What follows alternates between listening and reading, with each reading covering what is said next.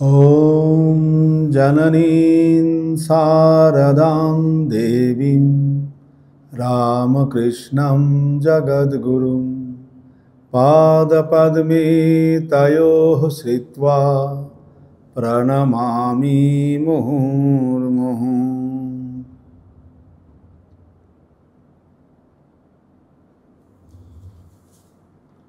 সকলকে জানাই আমার সশ্রদ্ধ নমস্কার। আজকে আমাদের যেটি আলোচ্য বিষয় সেটি হলো শান্তি। বৈদিক যুগে যার যেটা দরকার হতো তার জন্য ছিল যজ্ঞ। পুত্র সন্তান জন্মগ্রহণ করছে না, তার জন্য পুত্রেষ্টি যজ্ঞ। কেউ স্বর্গে যেতে চায়, তার জন্য যজ্ঞ। কেউ পৃথিবীর অধিকারী হতে চায়, তার জন্য যজ্ঞ। বিভিন্ন রকম যা কিছু তার চাওয়া পাওয়া তার জন্য যজ্ঞ করত। আর সেই যজ্ঞ যদি ঠিক হতো তাহলে সে সেটি পেত। যজ্ঞ মানে হলো এখনকার দিনের এটা একটি সাধনা। ঠিক জিনিস জোগাড় করা, তারপর তার সেগুলিকে ঠিক মতন সেই অনুযায়ী করা, এসব ছিল যজ্ঞে। তা এখন আমাদের কি দরকার, আমরা কি চাই? আমরা দেখতে পাই প্রথম আমরা অনেক কিছুই চাই, কিন্তু তারপর আমরা দেখি যা চাই সেইটি সুখ বা আনন্দের সঙ্গে সঙ্গে বেশিরভাগটাই দুঃখ মেশানো। সুখ চাইতে গিয়ে সুখের থেকে দুঃখের পরিমাণ বেশি এসে যায়, বা খুব অল্প সময়ের জন্য পাই, তারপরে আবার যেমন ছিলাম তেমন। এই সব অভিজ্ঞতার পর তখন মনে হয় যে কিচ্ছু চাই না, একটু শান্তিতে থাকতে চাই, একটু শান্তি চাই। আমরা দেখি শুধু এই শান্তি পাওয়ার জন্যই আমরা ছুটে বেড়াই, যে যা বলে তাই করে বসি। একবার অ্যাস্ট্রোলজারের কাছে যাচ্ছি, একবার এই মন্দিরে যাচ্ছি, একবার এই সাধুর কাছে যাচ্ছি, একবার ওই লোকের কাছে যাচ্ছি। বিভিন্ন রকম শান্তি স্বস্তায়ন থেকে শুরু করে কোনো কিছুর বাদ রাখি না। কি? একটি জিনিস চাই, শান্তি। সেই জন্যই বোধহয় আমাদের অবতার পুরুষরা এসে বারবার এই শান্তি লাভের পথই বলে দিয়ে গেছেন। আমরা দেখতে পাই আমাদের এই অশান্তির কারণগুলো খুঁজতে গেলে প্রথম সম্পর্ক। আমাদের মানুষের সঙ্গে মানুষে বাস করতে হয়, তো একজনের সঙ্গে একজনের সম্পর্ক ভালো হলে সেখানে অশান্তি কম, শান্তি বেশি হয়। এই সম্পর্ক ঠিক থাকে না। আবার কখনো দেখতে পাই আমার যে জিনিসের প্রয়োজন সেই জিনিসটি নেই, সেই জন্যে মনের মধ্যে অশান্তি। কেন এটা নেই, থাকলে ভালো হতো, কবে হবে, এ একটা অশান্তি। আবার বাইরের কোনো বিপদ আপদ জন্তু জানোয়ার থেকে অনেক সময় আসে, বা ভাইরাস ব্যাকটেরিয়া থেকে রোগ ইত্যাদি আসে, এখান থেকেও একটা দুঃখ অশান্তি।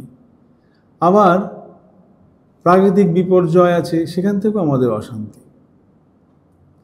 প্রাকৃতিক বিপর্যয় আমাদের হাতে নেই, সেটি যখন যেমন হয় তখন তার জন্য আমাদের কিচ্ছু করার থাকে না। আর জন্তু জানোয়ার থেকে যেগুলো হয় সেগুলোর ক্ষেত্রেও অনেক সময় ওই সময়ের জন্য এমনভাবে হঠাৎ করে হয়ে যায়, সেখানেও আমাদের বিশেষ কিছু করার থাকে না।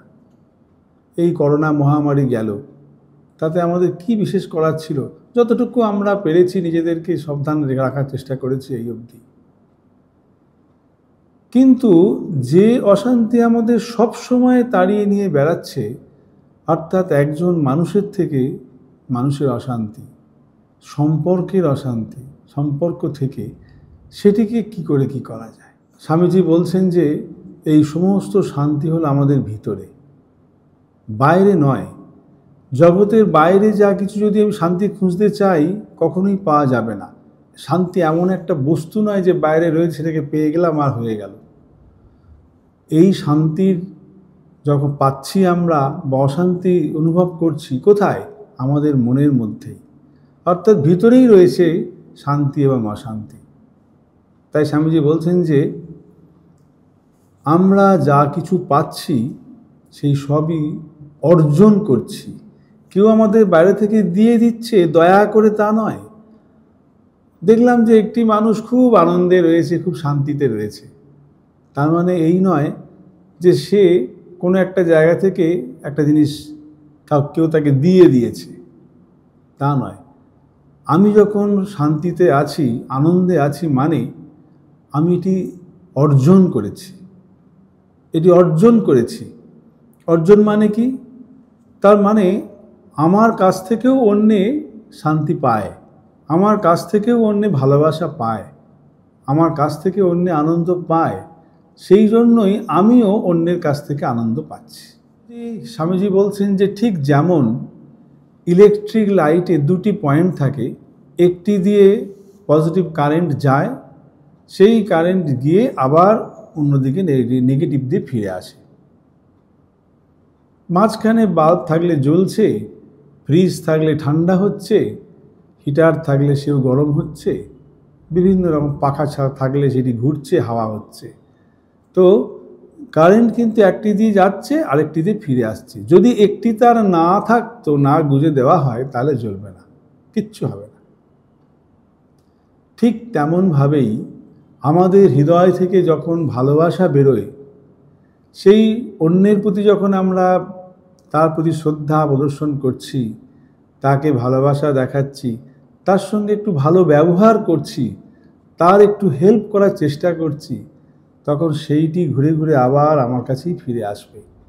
আমিও অন্যের কাছে ভালোবাসার পাত্র হব, আমিও অন্যের কাছে সাহায্য পাব, আমিও অন্যের কাছে আনন্দ পাব। যদিও তাই পাওয়ার জন্য করছি না, তবুও এটি আসবেই ঘুরে। আমি যদি অন্যের প্রতি দ্বেষ হিংসা করি, আমিও অন্যের দ্বেষ হিংসার পাত্র হব, অর্থাৎ অন্যজনও আমাকে দ্বেষ করবে, হিংসা করবে। অর্থাৎ যেমন আমার হৃদয় থেকে বেরোবে, ঠিক তেমনই আবার ফিরে আসবে। তাই স্বামীজি বলছেন যে আমরা যা কিছু পাই এগুলি সব অর্জন করি। তাহলে আমরা কিভাবে শান্তি পেতে চাই? যদি শান্তি পেতে চাই, তাই স্বামীজি বলছেন তাহলে অন্যকেও শান্তি দিতে হবে, তবেই আমরা শান্তি পাব।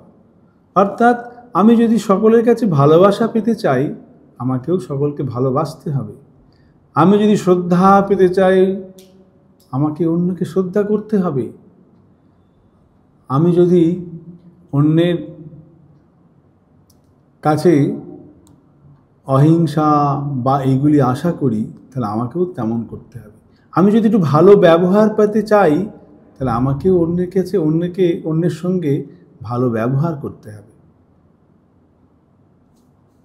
আমরা দেখতে পাই এই যে হয় না, কেন হয় না? না, আমরা সবসময়তে অন্যকে ঠিক এইভাবে করতে পারি না। আমাদের মন সবসময় অন্যের দোষ দেখতেই ব্যস্ত।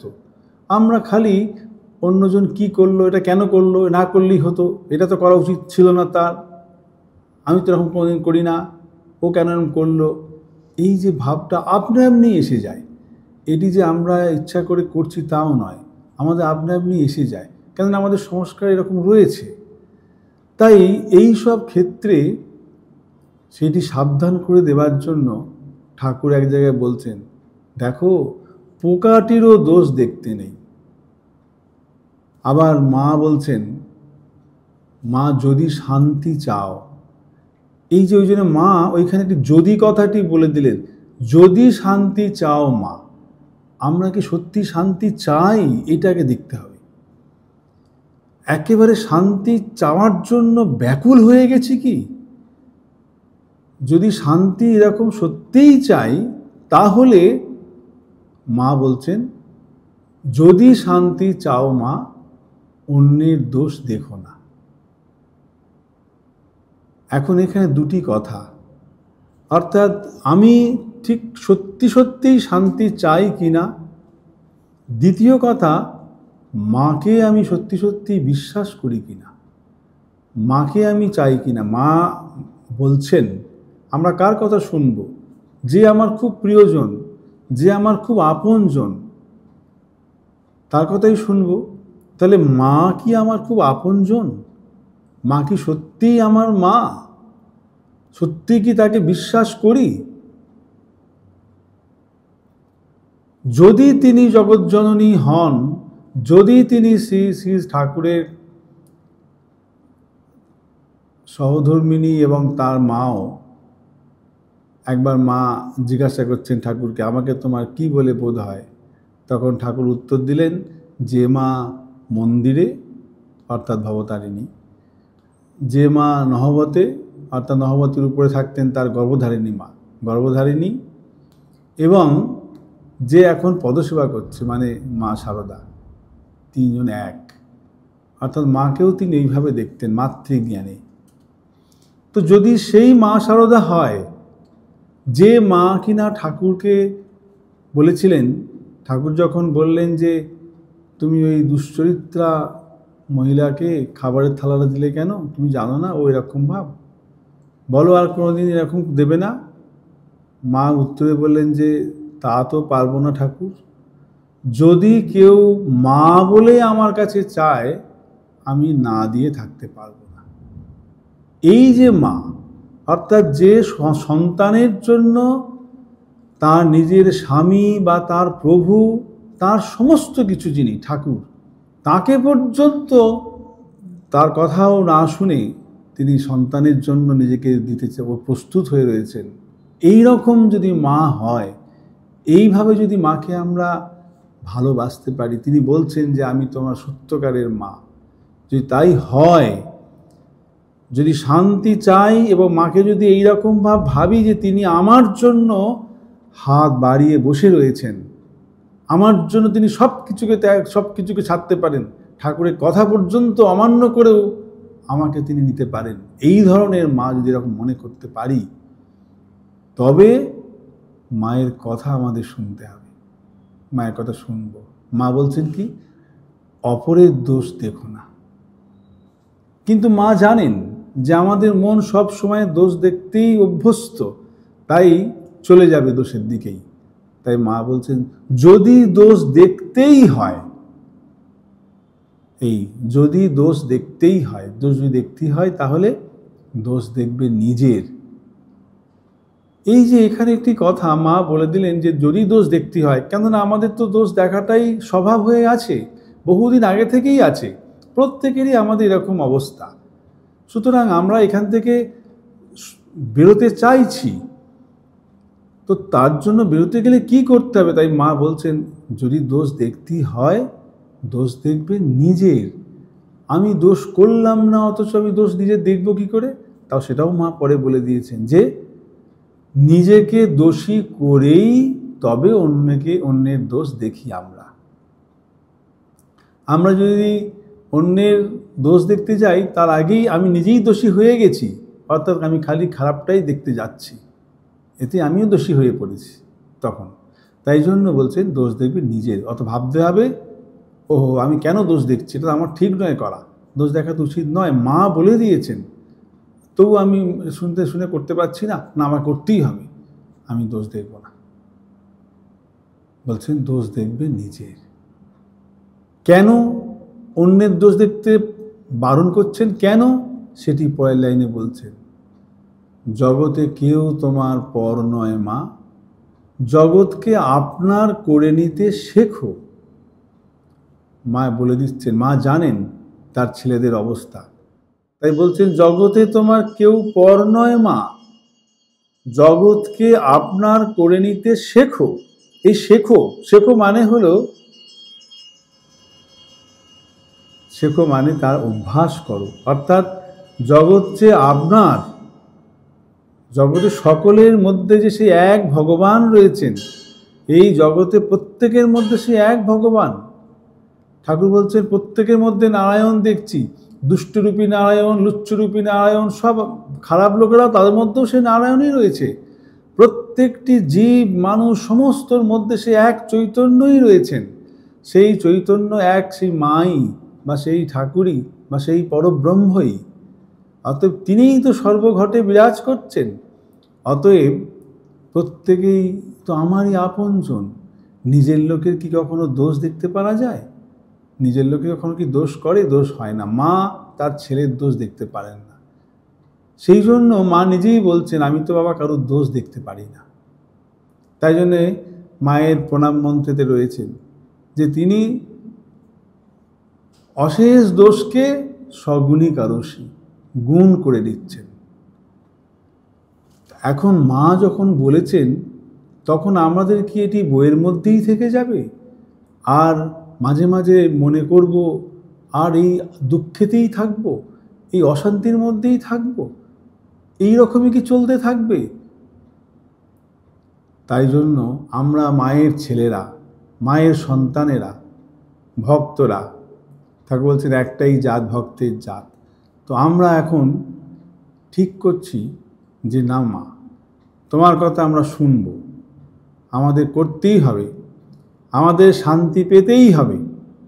শান্তির জন্যই এত কিছু। বারবার তোমার কথা মনে করি, কিন্তু সেই অশান্তিতেই থাকি, সেই অশান্তিই ডেকে ডেকে নিয়ে আসি। সেই জন্য আমরা একটি যজ্ঞ করব। যেমন বা বৈদিক যজ্ঞে যজ্ঞ ছিল, আমরা এমনি করি অনেক যজ্ঞই, জপযজ্ঞ করি, এটা হলো সেবাযজ্ঞ আমরা করি, অন্যকে সাহায্য করা। স্বামীজি বলছেন নিঃস্বার্থপরতা, পরার্থপরতাই ভগবান ঈশ্বর। অতএব অন্যকে একটু সাহায্য করা, অন্যকে একটু ভালো কথা বলা, তাদের যদি আমার সামর্থ্য থাকে যে খেতে পাচ্ছে না তাকে খাওয়ানোর চেষ্টা করা, যার চিকিৎসার দরকার তাদের চিকিৎসার ব্যবস্থা করা, যে মানুষটি একটু উঠতে পারছে তাকে ধরে একটু তুলে দেওয়া, একটি মানুষ একটি কথা জিজ্ঞাসা করলো তাকে একটু সুন্দর ব্যবহার করে তাকে বলা, ভালো করে বলা, মিষ্টি করে বলা, এগুলোও তো সেবা। এই সেবাগুলো আমরা করব।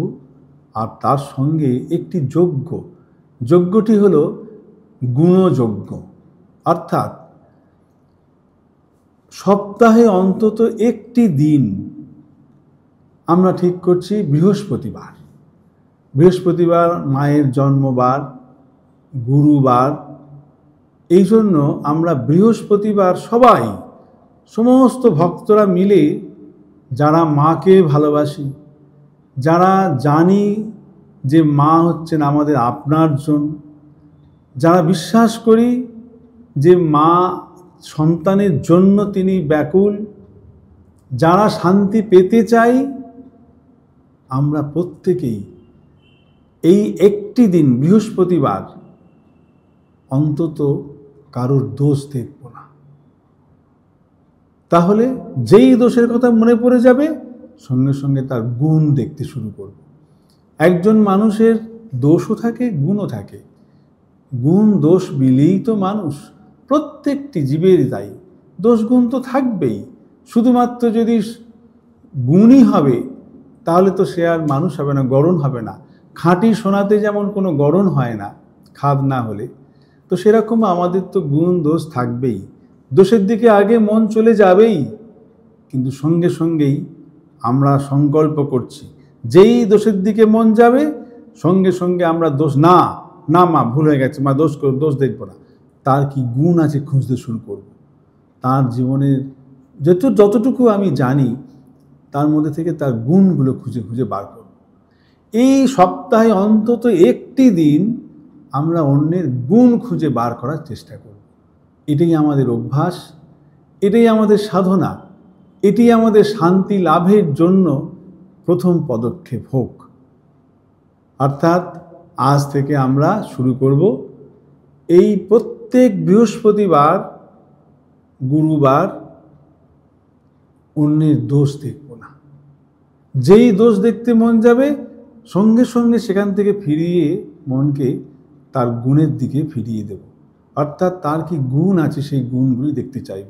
যদি গুণ চোখে না পড়ে সেই দিকে চিন্তাই করব না, চিন্তাটাকে অন্যদিকে সরিয়ে দেব, অন্যদিকে অন্য কারোর কথা ভাববো, এরকম ভাব। অর্থাৎ ওই একটি দিন সপ্তাহে প্রত্যেক সপ্তাহে এই বৃহস্পতিবার করে আমরা অন্যের গুণ দেখব, কেবল খালি গুণ দেখব, দোষ নয়। এই করে অন্তত মায়ের কথাটি সাধন করতে আমরা চেষ্টা করি, শুরু করি।